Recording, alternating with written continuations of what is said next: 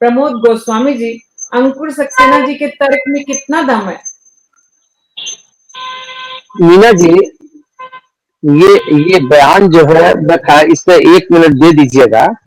जी जी। योगी जी ने जो बयान दिया है, पहली बात तो ये है, उन्होंने बड़े कड़वे शब्दों में और तीखा संदेश दिया है।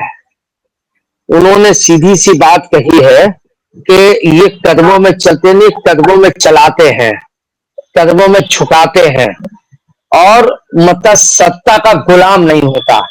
तो जहां तक मेरी अपनी निजी धारणा है, ये जो छोटा सा अनुभव है कि संत साधु योगी, उसका राजनीति से कोई लेना देना ही नहीं, वो परिवार से लेना देना ही नहीं, राजनीति से तो बहुत। और जो इतिहास और लीजियों का रहा है, चाहे वो भगवान राम के समय पे आ जाइए, कृष्ण के समय पे आ जाइए या कहीं भी आ जाइए, वो लोग जो है वो राजनीति को, सत्ता को संदेश देते रहे हैं, सत्ता संभालते नहीं रहे हैं। तो पहले तो यही विरोधाभास है कि एक राजनीति, साधु संत जो वो कह रहे हैं योगी जी, हमारे मुख्यमंत्री जी, तो वो एक मठ के मठाधीश भी हैं। और अगर वो मठाधीश है तो राजनीति से कोई दूरदराज,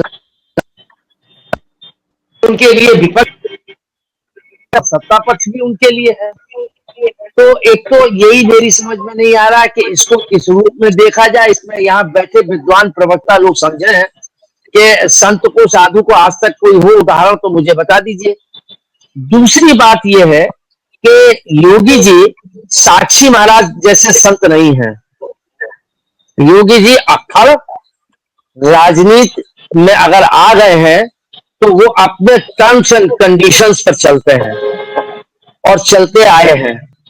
तीसरी बात यह है कि योगी जी ने और जो संत और योगी और मठाधीश जो राजनीति में आए हैं, उनकी तरह योगी जी के ऊपर कोई भी दाग नहीं है, बेदाग है। ये बात सक्सेना साहब की बात से मैं सहमत हूं। और न उन्होंने जमीनें कब्जा की है, जैसा कि और संतों ने जहां जहां से सांसद हुए वहां जमीनें कब्जा की, ऐसे इसके प्रमाण हैं, मुकदमे हैं। तो अगर ऐसे साधु संत अगर मतलब ये संदेश देंगे तो मुझे लगता है कि जनता ऐसे संदेशों का कोई संज्ञान लेती नहीं है। एक बात। दूसरी बात, ये पूरी तरीके से राजनीतिक बयान है, ये साधु संत का बयान नहीं है।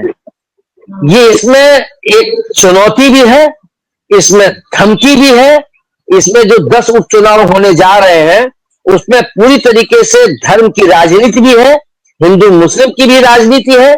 इसलिए इससे पहले उन्होंने ये बात विपक्ष पर आरोप लगाया था कि वो जिन्ना के समर्थक हैं, ये वो सब ये बात कही थी। चंदौली में उन्होंने उस बयान को दूसरा हिंदुत्व की तरफ ला दिया और कहा था कि साधु संत जो है वो डरता नहीं है, गुलाम नहीं है और वो चरणों में झुका देता है।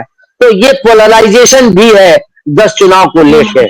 और अंतिम बात कि ये 10 चुनाव के चुनाव परिणाम जो है, जो अभी नहीं कह सकता क्या जा सकता, प्रोडिक्शन नहीं किया जा सकता है, लेकिन जो स्थिति है उसमें बहुत कोई अच्छे संदेश उपचुनाव के नहीं जा रहे हैं। तो ऐसे में ये ध्रुवीकरण का भी एक राजनीतिक बयान है, जहां तक मेरी अपनी छोटी सी समझ है।